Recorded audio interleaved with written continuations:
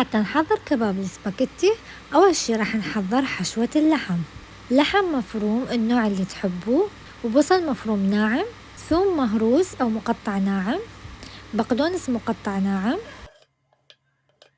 ملح وفلفل أسود، وبهارات اللي تحبوها. أنا ضفت بابريكا اللي هي فلفل أحمر حلو،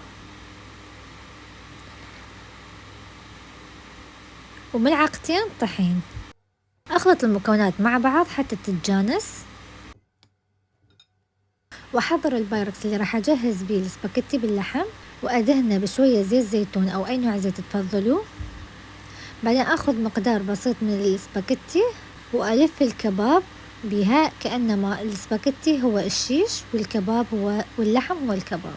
أشكله بهالطريقة، وأنتبه ما أضغط اللحم بقوة على السباكيتي حتى يدخل المي بالداخل والسباكيتي يستوي ويكون طعمه كله لذيذ. طبعا تقدرون تكبرون أو تصغرون، تزيدون أو تقللون الكمية والشكل اللي تحبوه. أنا راح رتبته بهذا الشكل.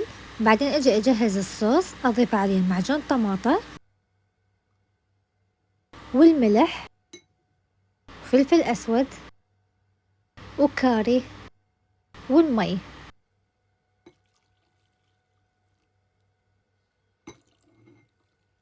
أخلط حتى يتجانس الصوص وأضيفه على الكباب.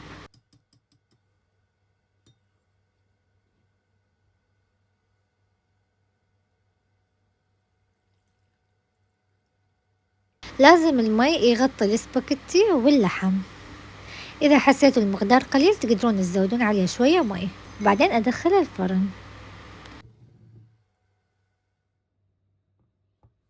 وهذا شكله بعد ما جهز.